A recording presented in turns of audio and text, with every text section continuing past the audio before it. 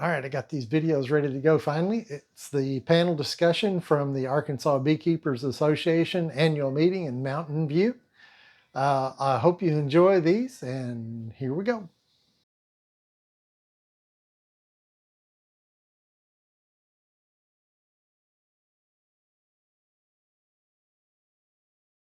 She doesn't like catfish, y'all didn't know that. That's why we don't. So we don't know what we're gonna do about it. I don't know. We may make her stay until she gets used to it. I don't know yet, you know. She probably has to eat multiple times. Anyway, we don't have a loudspeaker. I'm sorry they don't have one we can walk around, so it may be hard to hear, but that's the best we can do right now. So, start off with questions. Start off. What do you want to know? We'll be back short. Do you like the pickle okra? Okay, so I have not yet tried the pickle. Oh my goodness. It's on ice. My leftover sandwich is on ice in the car, and I will try it probably at 1 o'clock. I am guessing it's going to be a thumbs up because I approve of the fried okra. You like the fried okra last Fried night? okra was delicious. All right, we want to hear about it in the podcast. Big fan. I'll bring up the pickled okra on the podcast. That was not being related, Peter. Beef pollinate okra. I don't care, that's people. They related. Okay, go ahead. Yeah, I'm a fairly new beekeeper. I've been three years doing it. Got 3 hives, and just would like to, I guess, understand better how you do a 2-minute inspection. And how do you know what Okay, so the hive is really good? the Because I've question- lost 3 queens this year. Oh, okay, okay. So the question is, how do you do a 2-minute inspection? And basically, you mentioned that you've lost 3 queens. So just for the record, I do not think that every inspection should be a 2-minute inspection. I brought up the 2 minutes just because when you get to a point where you're a commercial beekeeper, which I am not, but commercial beekeepers are extremely efficient and very good at reading their bees, and they're able to really tell the colony health very, very quickly. So that is something that we should all be aware of, that is a potential goal for us to make. My concern with newer beekeepers is that it's so much fun to be in that colony that you spend a lot of time looking at every single frame, and that's extremely disruptive for the colony as well as potentially risky for your queen. So you need to find that sweet spot in between the 2 minutes and the 30 minutes as far as that you're using to inspect your colony. And you also need to know at what time of year do you need to spend more time. So you have to answer a few questions. You need to know if your queen is laying. And so that means that you're going to have to look at a frame in the brood nest. And Kent mentioned 2 frames in the brood nest is what he needs to know most. Let's see, you said you need Most of the time. most of the time it's about 2 frames. And I would agree. Sometimes you get stuck and you find frames of brood that are sealed pupae, and you're looking to see if they're perforated, but that's not good enough, because you need to either find eggs or really, really, really young larvae, so you know there's a queen in there recently. And you also need to see, as Kent was saying, some older larvae to see if there are any issues. If they're not pearly white, is there an issue? But once you ascertain that there's enough food, and once you determine that there's a queen and that you don't have a disease problem, then it's time to close that colony. And if you are worried because it's swarm season, then there are ways to check to see if you have signs of swarming, and that would be tipping the box up and seeing if you've got a lot of queen cells there, then that's a really good time to figure it out.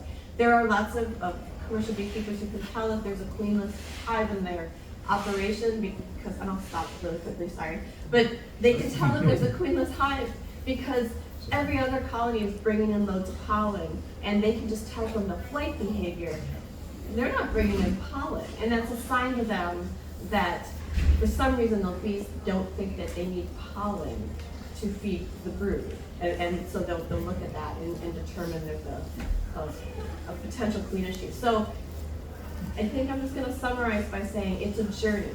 and you should just try to get there gradually. And don't be too hard on yourself, because you are learning, and so looking at frames is a good thing, but just, there should be a point at which where you maybe have seen enough and recognize that point where you're doing it more for you than for them. Okay. Yeah, do your inspection starts before you even open the lid? Like you say, you check the pollen and check and see if the bees are coming in or out. And you got a pretty good idea if there's a lot of bee traffic. And also, I said yesterday, half of those colonies, lift them to know what a well-fed colony feels Yeah. like versus a light colony. Mhm. And so that's happening before you lift the Yeah. lid. Or you open the lid. Hey, if I could add something to that real quick, and I deal with a lot of really new beekeepers. And, traffic in and out of the front door is not indicative of hive. It's just not. It's just not. You wait 10 minutes and be completely different. That's right. And then you come back in 10 minutes and it's And, different and, again. and in 2 days, it's a whole lot different than that. You gotta get, and, Yeah. you know, I don't wanna disagree with what anyone said, but being a brand new beekeeper, especially first year, can you be in there too much? You probably can, but I see more people that don't wanna get into their beehive. One of the main questions I get is, well, how much do I feed? Well, if we go in and do an inspection and determine that they need to be fed, number one, then let's put a cord on, and then let's go back in and see what they did with it. But people wanna know, okay, we'll put a cord on it, and then how long do I wait to feed again? Well, it doesn't work like that. We've got to feed, let's go see what they did with it. Did they consume it? Did they store it? What did they do with it? Did they build comb with it? You know, what did they do with it? And then we can determine at that point if we need to feed again. I advise people that are starting beekeeping, people will call and say, I want to get me a beehive. Well, kind of need to, maybe, if you're brave, maybe even 3. And the reason for that is, one of them, make sure it's queen right, healthy, has food, and leave it alone. Put supers on it, leave it alone. The other one, it's like you donate it to science. Get in it as often as you want to. Read everything you can about bee health, bee biology, bee behavior. Read everything you can, and then get in that science hive and find it. See if you're seeing what you're reading. That's how you learn about and that's the quickest way to learn about bees. And that donated to science hive, it's likely to be a cadaver by the end of the year. And you'll find that hive does not read the same books you did. They're not going to do what you were told they're They don't supposed watch to be doing. YouTube either. Go ahead, Lonnie, you gonna. Question is to Ken. You mentioned something about 8 queen cells when you, a queenless hive or something when starting. What did you mean by that? What did you? By what queen cell? You said you give a number. A queen cell? Yeah. I don't leave more than 1 queen cell. If it's a viable queen cell, I only put 1 in there, because put 2, there's a couple of things that could happen. One emerges and kills the other, which is actually a good thing. The other is both of them emerge and they go to battle, and you're risking the possibility of both of them being damaged or killed. The other thing is both of them emerge. One of them takes a mating flight, and the other one takes an emergent swarm out of the hive. It's better just to have 1 queen cell and let her emerge. Lonnie, I think you said A and not 8. Okay. 8 was 8. No, not 8. I mean, no, I don't put 8 queen cells. That's what Well, that's just an enunciation problem. No, Ken, you said 8 queen cells for a supersedure. Yeah. Oh, well, yeah, I mean, Right? what I was getting at is that when bees supersede a queen, they very seldom make just 1 queen cell. They usually make 6 or 8 or 12. Yeah. And at that point, you need to reduce that down. If you're in there before they emerge, leave 1 good one and do whatever you want to with the rest of them. And another question, can you tell the difference between an emergency cell and a supersedure cell? Sometimes. Yeah. You can tell if there's another queen in there or not. Yeah, So if they're emergency cells, you won't have any other eggs. Right. If there's still eggs and young larvae in there, then there's supersedure cells. So, Because you've still got a queen. They're Right. raising a new one on the side, and they're gonna decide when she hatches out whether they're gonna get rid of mom. Sometimes It's not always, For a little while. not always possible to judge the purpose of a queen cell in the mind of the bees, according to its location. I mean, sometimes supersedure cells are here on the perimeter, sometimes they're further out into the base of the comb. And same way with swarm cells. Sometimes swarm cells are all along the bottom, and once in a while, there'll be some up on the And- perimeter. And it also matters on box configuration too, whether it's a single Yeah. or if it's a double. Right. And a single, they can be anywhere. Anywhere. Yes, sir. The supersedure cells are usually, not always, but usually where the queen is not actively laying. So she's been on this comb, she laid some eggs, she moved over. They're gonna raise those replacement cells away from where mom's watching. But your emergency queens, they could be, scattered around, but they're typically gonna make them kind of in the same area where everything is the right age. Now, I've had a mother-daughter in the same hive, supersede, the mother's still alive.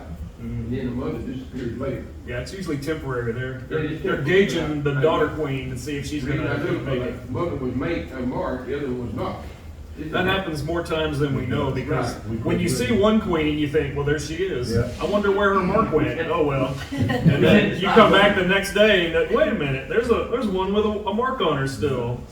so I if say this, the, I heard a Missouri beekeeper, the president beekeeper, Vermont, if I remember right, I think it did, he said 27% of their hives that they went through had 2 queens. I wouldn't argue with that. Yeah, he's We possible. find probably 1 out of 3 that Yeah, he has said more than one 27% queen. of his hives had 2 queens. so It's very possible. when your queen cell sealed, is the queen usually in there or she done left? When they seal that queen cell? Either way. A lot of people say they already left. I found it both ways. Yeah. You talking about swarm cells or Yeah, supersedure cells? the queen cells that they made themselves, whether it's swarm or, the swarm cell, are they usually gone? The queen? I think I could go either way. Yeah. When A you lot of times I They can't gone find or any. not. That's right. I've seen it both ways. Yeah. before you cut out queen cells, Finger. make sure you've got a queen still. Yeah. You want to get rid of them or move them to another Or hive. eggs. Leave it there, huh? One of them. How can you determine you've got a virus going on or something like that in your house? More than likely, you do have viruses. Hopefully, they're just under control. Yeah. Most of the viruses don't have visible symptoms. A few of them do, like the form wing virus. But even that can be at a latent level that's brought out by stress. Or the paralysis viruses, the bees look kind of greasy and hairless. But a lot of them they make the bees weaker, shorter lived. They're not really visible. Won't they be coughing? Sometimes they do. But you give them a little thymol, it's like Vicks vapor rub for them. Rub it on the chest. You know. You also do the National Honeybee Survey if you have 10 or more hives. Now, if you see bees crawling around on the ground in front of your house, does that represent some kind of disease going on? Poison. Potentially. Sometimes you see some, they don't really fly, they're just crawling around. Sometimes they have K-wing. They can't pull their hind wings back, so they sort of stick out, and it's like their wings form a letter K. That's associated with some diseases, tracheal mites, nosema. There's some conditions that would do that, but pesticide exposure, if they got into something that had a kind of a high dose of an insecticide, they can make it back, and then they're not There's doing so something well. you So should do to that hive if you see a bunch of that? definitely keep an eye on it. Kind of depends on what it is, but definitely something to keep an eye on. It may clear up the next day. Yeah, you know, if that was a few bees that got into a spray that they shouldn't have been, they'll be gone. But if you continue seeing that, then it's definitely something to consider. And I'll tell you, sometimes we don't know. You know, I had a beekeeper over in Bismarck that had exactly what you're talking about. Piles of bees on the front door. And I've taken a live sample and a sample of dead bees and sent them off to the lab and come up with absolutely nothing. No pesticides? No pesticides. That's crazy. But that's a great time to do a full hive inspection. That Right. if you see that on the front door, then you do want to get a really good look at what's going on in there and not just take a peek and say they look okay. And you also want to note your frames of bees at that time. You want to see if your population is decreasing over time. So take really good notes, do a really good inspection, look at that food, count how many frames of bees you have. So, because it's so hard to remember from inspection to inspection. And so that's when really good note taking. She has really good notes on top of her hive. Okay, I'll ask John Martin. Explain what happens if you find European foul brood.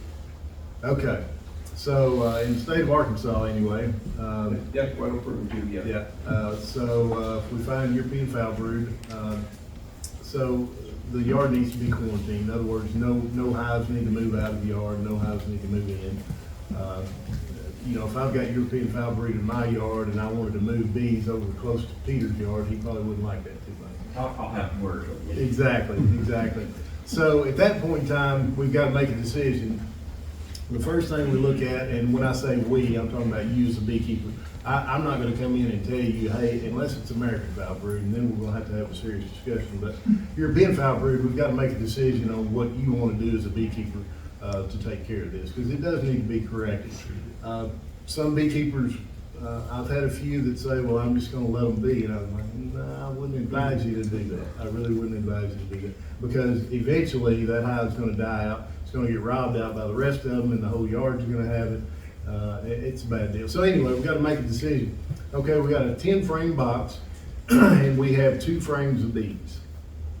So my suggestion would be to euthanize them and get rid of them, freeze the frame. Let's get rid of the bacterial infection and go from there. All right, if it's a 10-frame box and we have 6 frames of bees, I'd probably try to save that.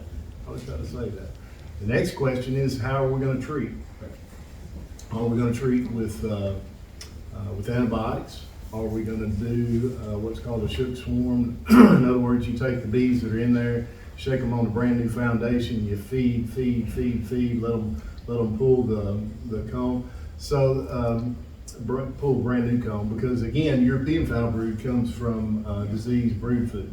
So if you get rid of the brood, you get rid of the brood food, then the bacterial infection that's in that the nurse bees are transferring around goes away. So, but that's the decision we got to make.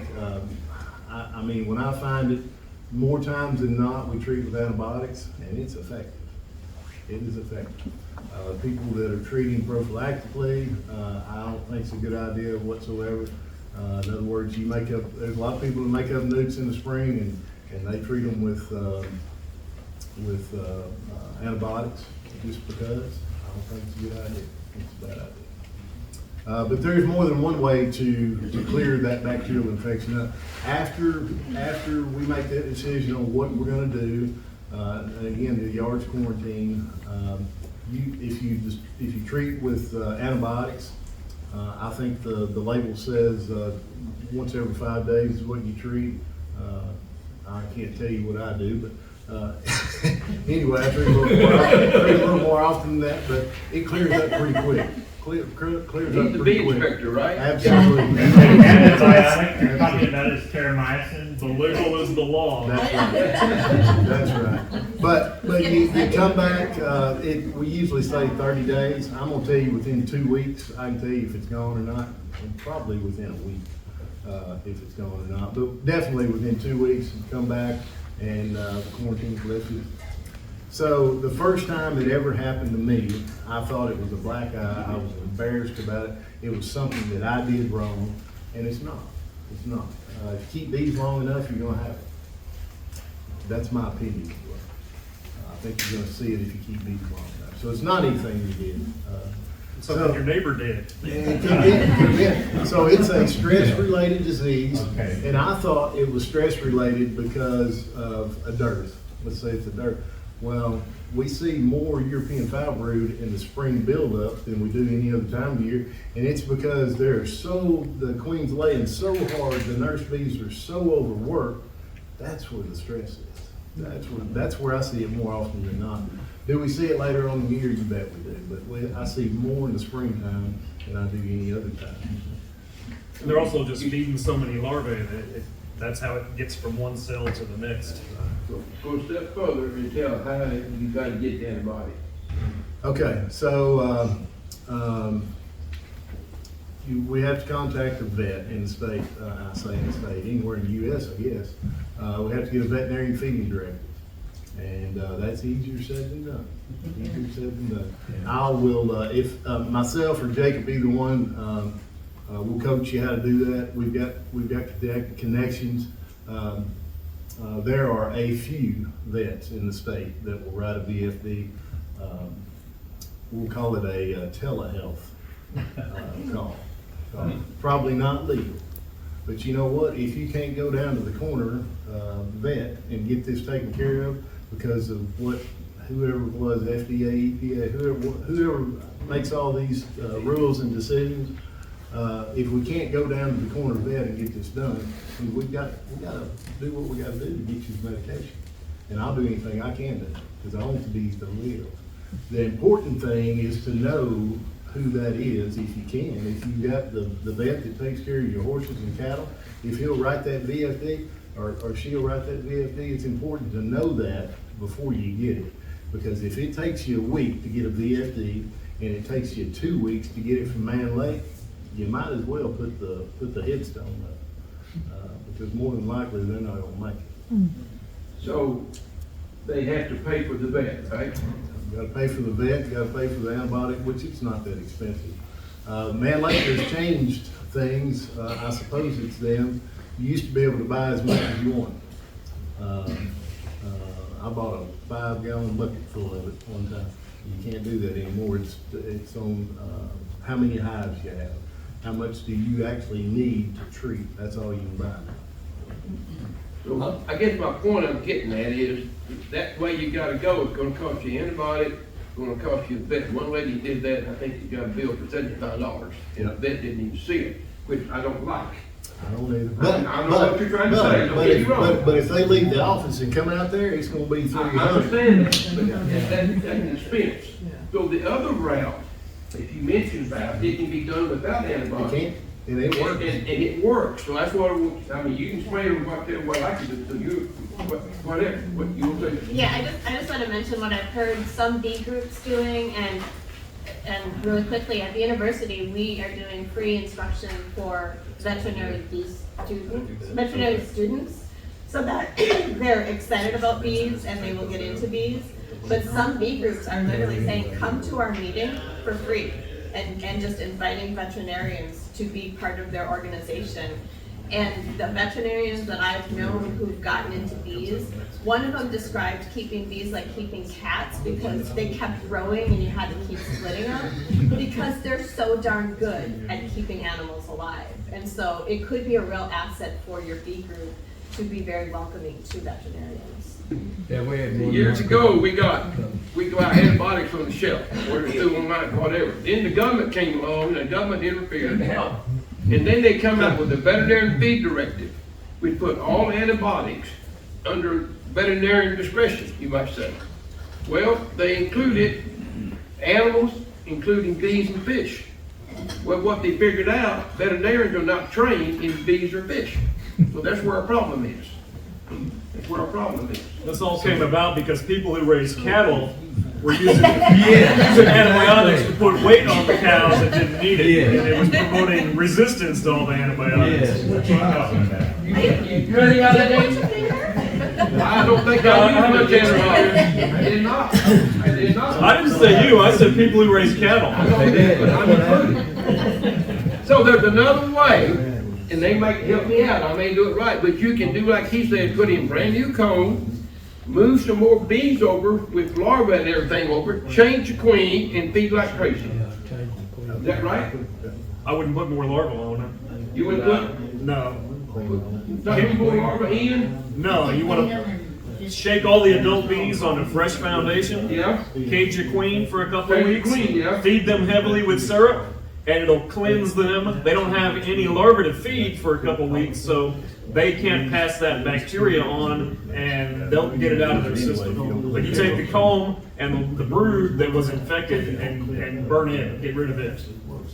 But if you want to save the adult bees, that's how you do it. So, can you then shake more nurse bees over for another hive? You could. Okay, that's what I'm saying. There's ways to save it without having to go all the expense. Well, let them know what can be done. So one thing I'd like to add to this, and so John and I talked, I don't know, probably 2 years ago now, and one thing that he kept driving home to me was, you know, we need to replace the queen. And I'm like, no, it's not the queen's fault. It's not the queen's fault. Well, he finally told me, he said, John, what I'm trying to tell you is those bees have proven, based on history, that they're susceptible to EFB. So let's replace the queen. And he's right. He's right. It took a little bit to get through my thick skull, but we want to cage the queen while we're treating, no matter what we do. No matter if we're doing a shook swarm or if we're treating with antibiotics, we want to cage that queen for 10 days so she can't lay. And then at that point in time, we probably want to replace her. And that method is described in this little yellow book here. So if you picked up one of these, it talks about that. I'll get my fourth and fifth one. You said burn the frames. Wouldn't we just put them in the freezer for a week? Or you can do that. Because I see people on social media, for whatever reason, a hive dies, oh, we gotta burn that hive. No, you don't have to burn that hive. I will say that Megan Milbrecht, I don't think it's published yet, but she was looking at how long she could find ESB on equipment, and it is a scary amount of time. So if I ever find ESB in a frame, if I ever find ESB in a frame, I just go ahead and I put a little X on it, and then I push out the foundation and put the stuff in when it's not being used anymore. So what Just I replace the foundation. Replace, and I'll actually scrape and clean. Yeah, clean it all up. Yeah. So what I really don't understand is it's not a spore-forming bacteria, but there's a 65% greater chance that hive will have it again, no matter what you do. I really don't understand that part of it. Any idea? Yeah, Megan Milbrecht loves it. Talk to Megan. But it's not a spore-forming bacteria. Yeah. Is that before you change the queen? I mean, if you change the queen, does it make a difference? I think it probably does make a difference. I don't know the answer to that. It often does, but no guarantees, because you might put another queen in there who's just genetically susceptible to EFB. Right. Yes, sir, Lance. Okay, well, of course, I feel like sometimes I talk too much here. I hate cleaning frames. The worst thing about beekeeping is cleaning old frames. So I took a turkey fryer where you put oil, propane. Been sitting there for years. I used it one time. So I filled that thing full of hot water and I took boiling water. I started sticking those frames down in there and it cleans everything off. Did I clean any pathogens and disease possibly with that boiling hot water? Boiling water. My wife said no more frames in the freezer, period. So, are you, That doesn't do your plastic foundation. No, I did away. At least you about did back there. I replaced that foundation, but the frames are still good. I killed any disease possibly. A hot seat works pretty good on plastic foundation. What? A hot seat, a steam cleaner, Okay. cleans it pretty good. You know, I valve don't room is have not very, that. valve room's not common much like it was years ago. So it's reduced. One year they found, according to inspectors, zero valve room in Arkansas. Yeah. Several years ago, that reported 0 valve room. And now 12 is a low number. Really. if you, So it's not a common thing, but I thought I'd throw it out because you gotta have a veterinarian and all this, but there's other options, what I wanna make my point about. It can be done quicker without a vet and be successful. on these plastic frames, You get one that's got wax moth or something, you wanna clean it. I use a multiple, tool with a wide blade, and it'll take that old wax off. Then you can pressure wash it and re-wax it, and it's like new. That multiple tool, or DeWalt one, and you get a wide blade, some of that's on there pretty good. Vibrating tools? Yeah, it'll scrape that off, good. Yeah. And get the wide one. It works good. Call it in.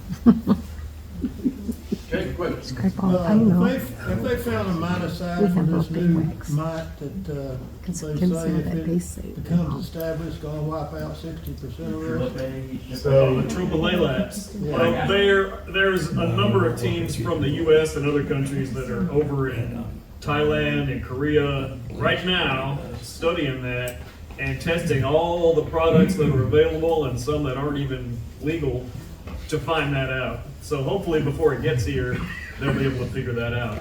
Formic works. Formic works on them, Yeah, but it's high powered Formic too, that's what they're using. but oxalic did not work on them. The scary part about, That's our magic bullet. well, the scary part about Tropilelaps is that they're in and out of the root cells so quickly. And so we really have a pretty big window for Varroa, and for Tropilelaps you don't. And so it's easier to kill a mite if they're outside of the brood cell instead of inside of the brood cell. So that's one of the reasons why there's so much hype about it, is because And We're worried about how you sample for it. It's pretty easy to sample for Varroa right now. It's not gonna be easy to sample for Tropilella. I don't think. I mean, there may be a method that I'm not familiar with, but I can, even my old eyes, I can see Varroa mites right now when I do a mite wash. I've got a Tropilelaps mite in my bag, and I can't hardly see it in the vial. John, is it alive? No, man. Okay. Just swimming in there. Yeah, it is. Swimming in alcohol. We're not even sure if they don't have more than one host besides bees. Yeah, that's right. Oh, That's right. yeah. There's So- some reports that Rats, right? suggest they can feed on rodents. Yeah. And so think how fast you can travel from one hive to another, from one apiary to another, if they can get on squirrels and Yeah. possums and whatnot. You know, So, someone was saying, well, can't we just restrict bees coming in and keep that from happening? Well, it may not be on just bees. so stop importing squirrels. Keep those rats out of the containers. Probably make bag the screens that you ready. I'd like to know more about that committee that's going. Just do that. Small committee. It's Talk in the about that again. Small committee. AEE. Oh, the AEES, because, we the government, we like alphabet soup. It's the Apicultural Extension Educators of America. So it's people in positions like mine at multiple institutions. I think there's about 40 people in our group so far at 25 different universities. And it's just to promote the programs that we have, to work together in a kind of a multi-state way, just to share information between ourselves and also to help you guys. So Hannah Heck, who's up in Minnesota. She's in Michigan now. Or Michigan, that's right, yeah. So she's a big part of it, but there's a lot of folks. And it's so that we can take publications that we develop and disseminate them wider, instead of every single state having to reinvent everything from scratch. We can share it around and just. How are you funded? We are not funded yet, that's the problem. So we're trying to write grants. We want to put together a website that will be a clearinghouse for all kinds of information and announcements, but we're just in the early stages. Kind of a How many- consistent message. What part of the United States is involved? Is it all over? Or Oh, it's all over the country, All yeah. over the country, okay. So it's not just one side or the other. No, Okay. we're coast to coast. There's Sorry, people in sorry. California, Maine, Not Pennsylvania, to do a Florida. grant, anything like this? No. No. It's catfish milk. The extension educators are one of our very best resources in this country for people who know bees, who have access to the research, who have access to beekeepers and can communicate problems and solutions quickly. It is such, I'm so excited that they're coordinating, because it's a great position. And then when the extension educators are coordinated with the apiary inspectors, yeah. that level of support for beekeepers is just so powerful. And so it's really exciting, because when we've got a lot of professors, right, at universities, but I would choose, wait, sorry if I offend anybody, but I would choose an extension educator and an apiary inspector every time over a professor, because a professor's doing several things, but they're able to translate that information and really know what's going on and help us. You know, I don't know if every state has this, but we're lucky to have John Z. I'm lucky to have him. So I can pick up the phone call.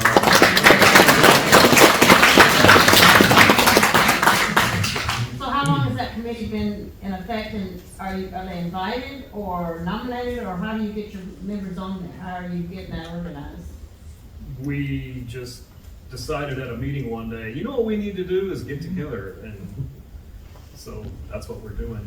So it's grassroots, it's the extension people that work with honeybees that contact each other. When we have questions, we network, we talk to each other, and the other scientists and the inspectors. I mean, we're in touch behind the scenes, so it's just kind of a organic Networking. grounds up. Yeah, we're just putting it together, so wait and see.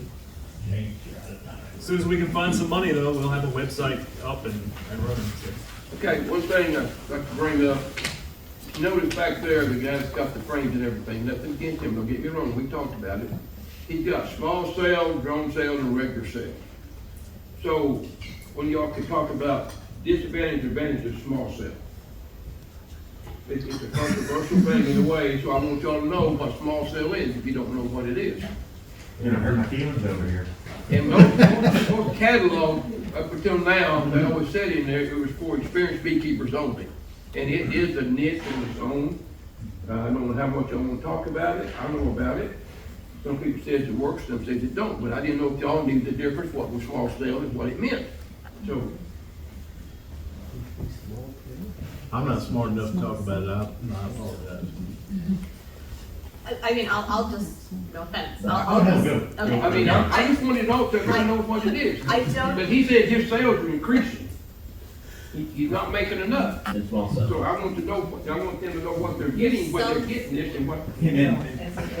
So sales. The cells are increasing. That's a classic that is just bigger. No, he's talking about, when I originally was doing them, I didn't expect more than 5 to 10% maximum people to use them. Yeah. And So I'm actually the doing concept kind of came out of some beekeepers in the Southwest who were keeping Africanized bees, which are slightly smaller. And Africanized bees don't get as many varroa mites. And so this idea emerged that, oh, well, if we just have smaller bees, then there won't be enough room in those cells for mites, and they'll emerge a day earlier, so there's less time for the mites to emerge. And it's been studied by different universities that couldn't find any difference. In fact, one study in Georgia, I think so, yes. they found that there was actually more mites in the small cell hives because when the cells are smaller, there's more cells, so there's more brood, so you get more mites. So nobody's been able to scientifically prove side by side that there's any advantage, but it's one of the kind of a political divide, like treatment-free beekeepers versus beekeepers that treat people. People choose a side and they stick to it religiously. And all I'll say is that there are some really pretty simple papers out there that are really elegant experiments, just saying what's the difference between brand new comb, 2-year, 3-year, 4-year. Yeah. They're gorgeous data, and they show that you're going to make more honey and have healthier bees. I'm simplifying it, but the newer the comb you have, and some of that is just literally that the bees weigh more in the newer comb because you don't have the accumulation of the cocoons. And so, yeah, the cells do get smaller incrementally every year. That's right. I thought I'd bring that up because what did y'all know about small cells? Most of them didn't, you know. I always bring it up so you know what was happening and what's out there. I had 20 colonies on small cell for 2 years. And there's no advantage to small cell at all. You're talking I about. kept them side by side, and at the end of 2 years, I treated both groups, regular cell and small cell, and the small cell did have more dead mites than the regular cell did, whenever I treated them. We're talking about brood comb. Any brood comb is because of cocoon buildup. Everything's gonna be small cell at some point because the cells keep getting smaller, smaller, and smaller because the bees can't remove all of the cocoons. So that's why we replaced old brood comb, because the queen gets to where she can't put her abdomen in it. And small cell, you're just kind of cutting out the middleman there. Instead of getting 3 or 4 years out of it, you get 2 or 3. It's gonna get smaller quicker. And that comes into having really healthy hives. That's what James really drives into people, like really healthy Because hives. you're replacing comb. Michael was talking about this. He sells USH bees to some people and they're not in their hives. They don't know what's going on. They're not keeping the health in their hives and they get mad at him because the bees don't survive. You can have the best queen in the world, but if you're not keeping a strong hive, you're gonna have problems. Well, Michael explained to me, he said it took him 3 years to get it finished out, right? Yeah, And so, and he says now he's mite free. no, I'm not mite free. Okay, well, now I mean treatment free, I'm sorry, I treatment have free. plenty of mites. Yeah. I have plenty of viral loads, but I've been doing treatment-free small cell for almost 13 years myself. But I do it differently than a lot of people do. So you can't buy a small cell frame and put it in your hive and expect mites to go away and everything to be great. It's a whole style and system of beekeeping, and I work my own genetics from queen breeding. I don't bring these in. I'm not near commercial people. I just happen to be able to do it in my area the way I do it, and it's definitely not for everybody at all. I mean, there's plenty of people who wouldn't work for it because of their management style or situation. So, I wasn't starting an argument, I didn't want people to know, you know, that Oh, yeah, out there, there's and they know one what thing they're to do. getting and how it works and whatever. And he said he's got, 7,500 more bees in a hive or something? So the difference on my frames in a deep 10 frame box, it's about 15,000 more cells. Yeah. So you've got that potential for 15,000 more workers and 15,000 more workers that have mites. Yeah, So right. my mite counts are, when I count them, they're through the roof because of the way I do them with my drone cells. You know, they say if you have a mite count of 3 mites or more, it's kind of when you need to look at it. My mite counts are in the 70s and 80s. But it's because I'm running such a heavy drone load, I should expect to see that much more. And you know, I average losing 1 hive a year, and I run at least 20 a year. But it took me 3+ years to get over that hump to where those first 3 years, I lost at least 90% of everything, working out genetics and trying to find the combinations that work for me and my hair. And that's So- part of the regressing from large size bees to a smaller size bee. A lot of people report losing a lot. Oh yeah. And that part of that is, well, now you have kind of moved the genetics. It's not just the size of the cells, but you kind of bred out some different traits. And then people who are interested in doing it how I do it, I tell them if you're brand new, don't. Learn how to keep bees the normal way, learn how to make plenty of bees, because you're gonna need to make a lot of bees so you can burn through them. So you're not buying just tons of nukes every year and just wasting your money. And it's definitely not for everyone, and definitely not for beginners. I mean, at least I wouldn't suggest experimenting. Get lots of bees, and if you want to experiment with a couple, see what you think about it. You run Italians, Russians? What do you run? Russians, only Russians. I got rid of all my Italians.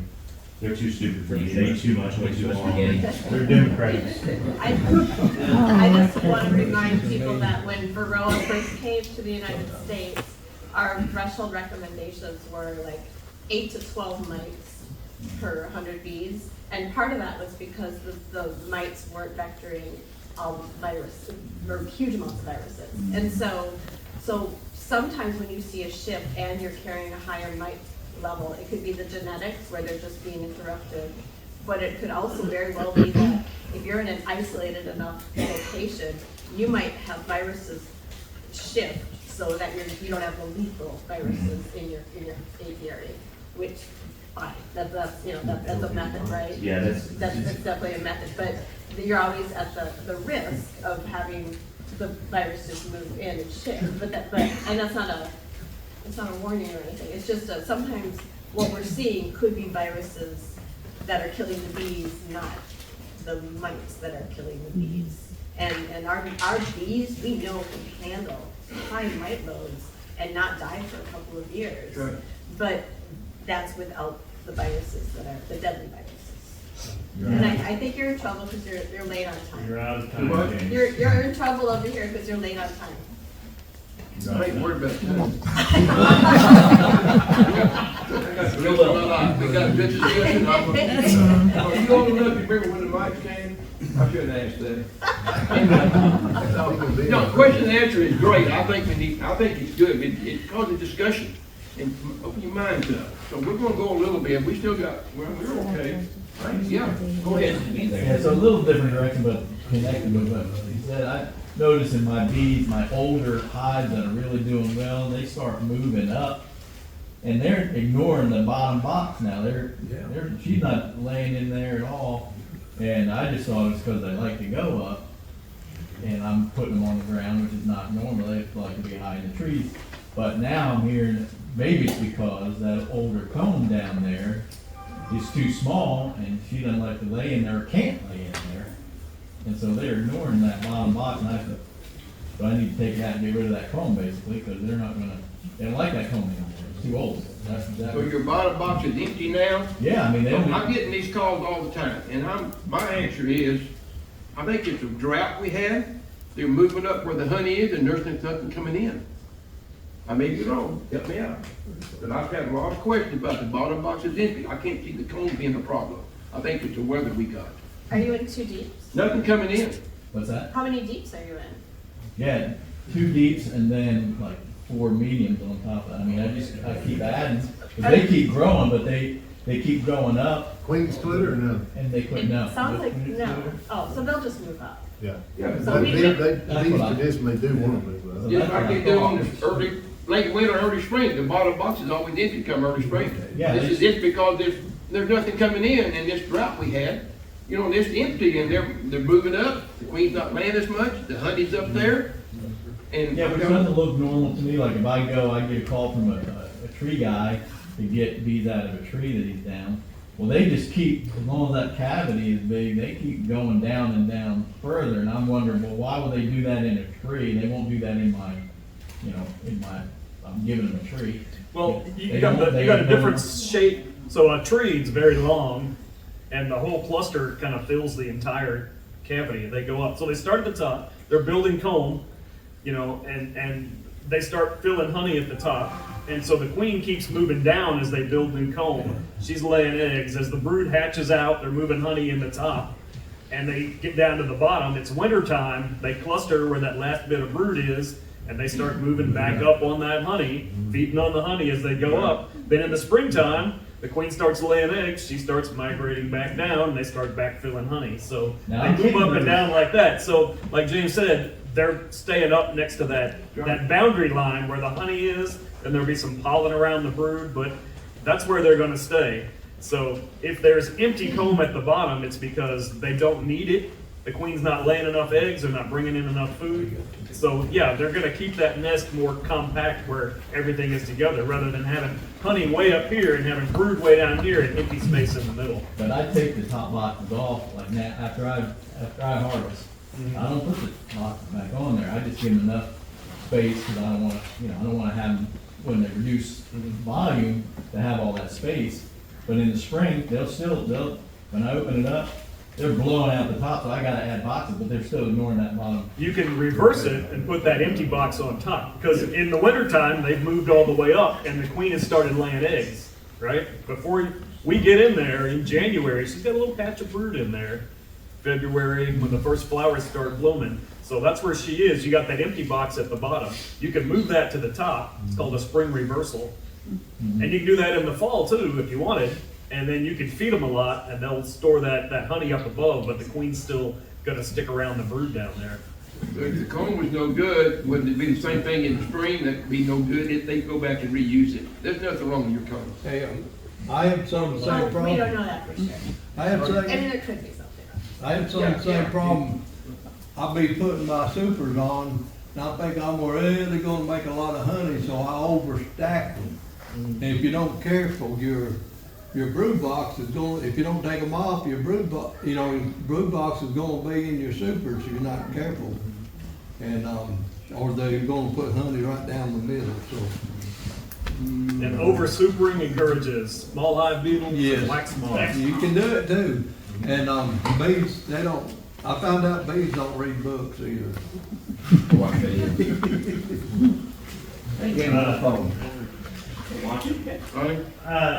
Record keeping on each hive, and I mark my frames. When I made a frame, I write down the year that frame is, and then rotating it out is not a bad idea.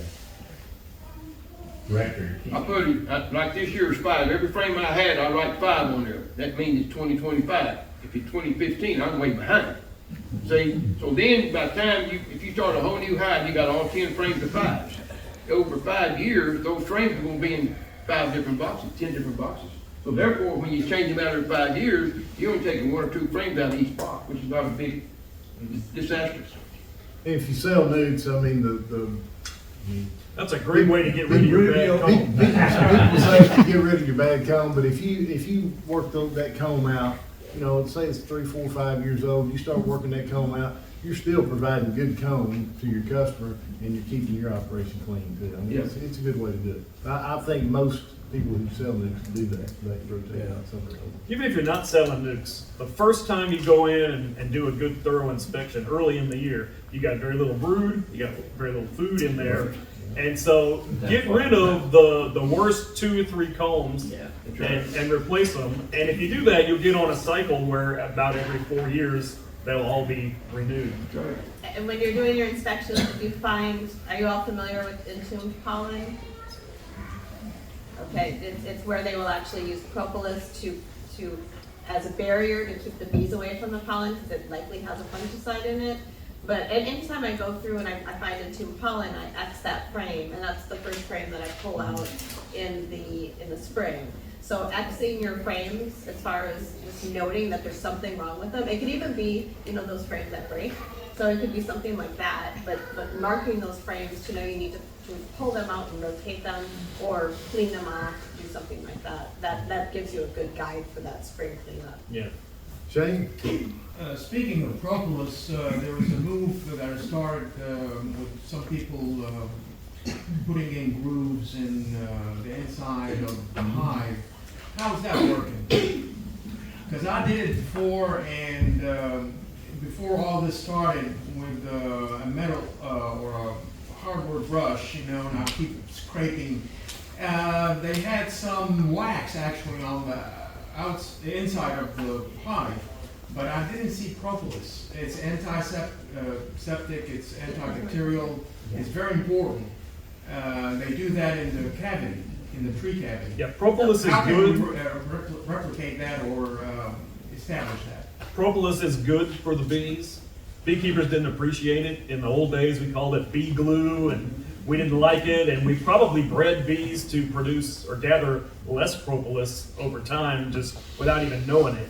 But now we realize how important it is to the bees' immune system, like of the whole colony, because every time bees walk up a wall, they're cleaning their feet. And when they come in from outside, in a tree, when they move in, they coat the inside of that with this envelope of propolis. It stabilizes the wood, it kills germs. They add it to the comb when in the brood cells, when they polish them and clean them, and it kind of disinfects them, so it's good. They don't add so much propolis to smooth surfaces. So it's used to smooth things out and seal cracks and drafts.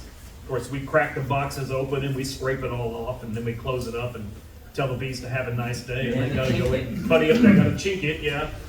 But so yeah, there was there's been kind of a movement to go in with a wire brush or something and rough up the inside surfaces of the hives. And if there's a lot of rough marks, they will put more propolis on them, but you really got to rough it up. You could buy what do you call it? Rough cut.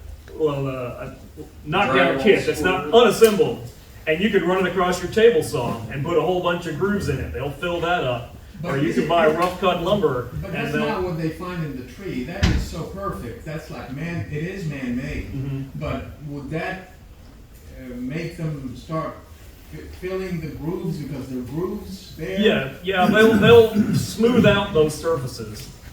Okay. So I talked to the vendor at Nobby that's selling those, and they first tried rough cut on the inside of their boxes. They weren't running them through a planer, and it didn't work. And I forget what he told me. They're using something to rough up the inside of that box more, so the bees actually Or work. wired brushes on a drill Yeah. or something. And did they get results? Did you see a hive that it actually is smoothed out properly? So I have not done an inspection on anybody that bought those. All I saw was the vendor's pictures. So Okay, I own some. Hey. So, and this is University of Minnesota research that Marla had about 5 graduate students do propolis research. And the key takeaway, 2 key takeaways. One, you need a lot of propolis. And so just go, because originally she would tell people just rough up the edges a little bit. It didn't make an actual physiological difference in the health of the bees. And so you really do need that full propolis body. The University of Minnesota just invested a ton of money in propolis. It's called the Propola Hive. It's Jeff Johnson in South Dakota. And I do own some, and they definitely fill it up. But it is enough surface area that's roughed up to make a difference. So you can buy one, take a look at it, and try to do it. He worked with a cabinet maker to do it. I also worked with a veteran who owned a sawmill and was able to recreate that with rough cut. And so Marley used both of those, and both of those were found to be adequate. And so it's just, it's really good, it's important for the bees. If you invest in it, you're investing in it for the brood box. And it's just something that you can't do easily otherwise, unfortunately. And so if you invest your time in it, unless it's really all out surrounding, you might be wasting your time. So they need to be deep grooves. So one of the things that they've done at the university before they had these 2 suppliers was to take a propolis trap and to affix it to each edge of the box. And that was enough. And that was a very regular groove, right? And that was enough to do it. And then you can pull off the traps and you'll have that propolis on the edge. But it was really hard. We actually brought in some people from 3M thinking that they might be able to help us because they work with a lot of surfaces. And after they talked with us, they're like, yeah, we're out. That's too hard. So they do have to be those grooves, but it has to be enough for them to actually and do it. So I would suggest even, and I don't think Jeff Johnson would care, but buying one propola box, a knockdown box, and taking a look at it, because that is effective. So, and then you can go from there as far as trying to recreate that. You can harvest propolis. You can use propolis trap. You can just scrape it out and collect it. It dissolves in alcohol, and you can actually paint the insides of boxes with it if you collect it enough. That was Mike Sawani Finstrom. That was Yeah. the first graduate student. He's now at the USDA. You can do a propolis paint. Propolis is good for the bees' immune system. It's good for And the anybody's human immune immune system. system. It's Good good for for our immune anybody's. system. Okay, that's what I was fixing to say. I've been taking it for years. He's 142 years old. In fact, today's his birthday. Happy birthday!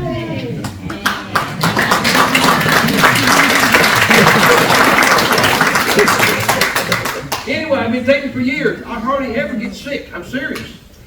And I think propolis is part of it. I take it every day. Have for years. I think it works. For me, it has. For an old man like me. But it's funny. I was going to say, so for the people, I use wax stick propolis hives, and my bees are really heavy propolizers. And the propal ones, they work really well, whether they're waxed or not, for me anyway. But I also have plastic hives, like enamels and apimeas, and some polystyrenes. Those surfaces are so smooth my heavy propolizers won't put a dab of propolis on them. So if you're wanting to have a good propolis envelope in them, for me, the plastic and the polys, I just can't get them to do it at all. As soon as I take those same beads and put them in the propyl like a wood, they'll just shellac it down like crazy. So it's something to think about when you're buying new equipment, or if you're wanting a propolis plastic hive, might not quite be your thing. At least around Arkansas anyway, I don't know, it's different in other climates. Okay, any more questions? Yes, sir. Kind of go back to cycling out old comb.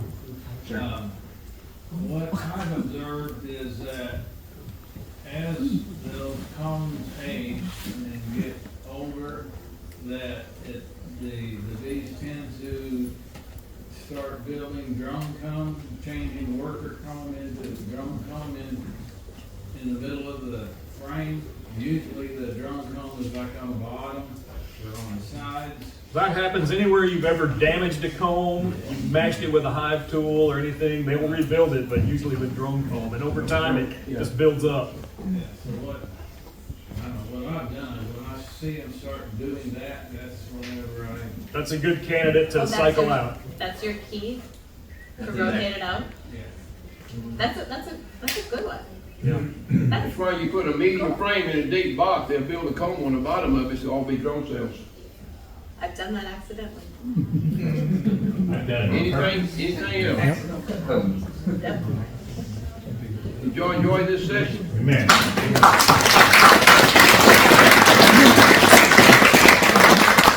Any more questions before we go? I mean, it's just this, we've run a long time, but I think it's necessary to do this.